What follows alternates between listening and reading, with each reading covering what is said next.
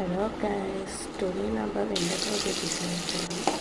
First பேனில் oil ஊற்றிட்டு அதுக்கப்புறம் ஷாலோட்ஸ் போட்டுட்டு நெக்ஸ்ட் கறி லீவ்ஸ், அதுக்கப்புறம் சில்லி அதை போட்டு நல்லா சாட்டே பண்ணி வச்சுக்கணும்.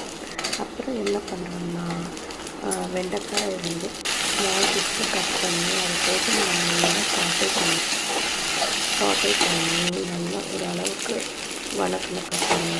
அதுக்கு சால்ட் பேஸ்ட் போட்டு சால்ட் பேஸ்ட்டு கறி லீவ்ஸ் போட்டுக்கணும். நம்மளோட புளி கரைசல் இருக்குல்ல அதை வந்து நல்லா போட்டு இது பண்ணிவிட்டு தண்ணி ஊற்றி ஆட் பண்ணி அதை வந்து பேனில் ஆட் பண்ணி நல்லா கொதிக்க விடணும். கொதிக்க விட்டதுக்கப்புறம்